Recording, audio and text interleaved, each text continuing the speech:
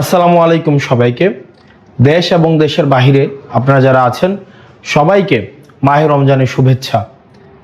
রমজান আমাদের মাঝে প্রত্যেক বছর আসে আত্মশুদ্ধির উপলক্ষ নিয়ে।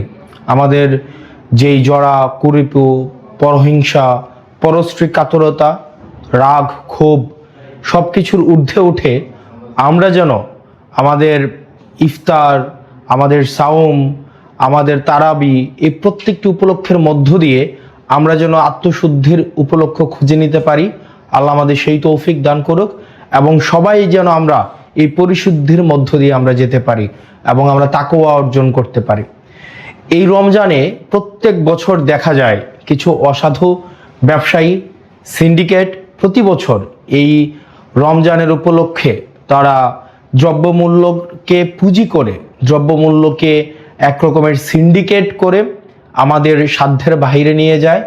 আমাদের জনগণের যেই সাধ্যমূল্যের বাইরে এই আমাদের নিত্য প্রয়োজনীয় যে বিষয়গুলো রয়েছে, ছোলা, মুড়ি, তেল এবং নিত্য প্রয়োজনীয় যে বিষয়গুলো রয়েছে তেল, গ্যাস, এই প্রত্যেকটি বিষয়কে দেখা যায় সিন্ডিকেট করে সাধারণ জনগণের সাধ্যের বাহিরে নিয়ে যায়।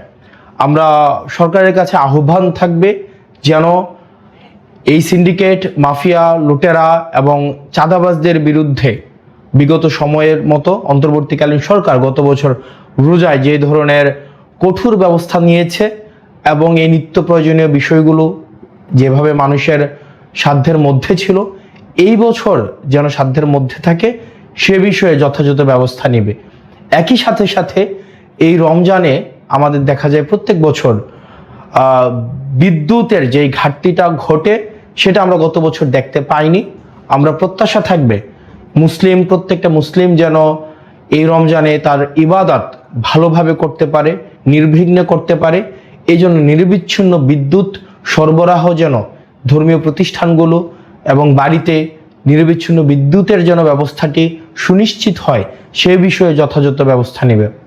আপনারা দেশে এবং বিদেশে যারা আছেন এই রমজান উপলক্ষে আমাদের মধ্যে যেই ধরনের নেতিবাচক বিষয়গুলো রয়েছে সেগুলো অতিক্রম করে বাংলাদেশের জন্য, প্রত্যেকটি মানুষের জন্য আমরা যেন ইতিবাচকতার বার্তা নিয়ে আসতে পারি। আল্লাহ আমাদের সেই তৌফিক দান করুক।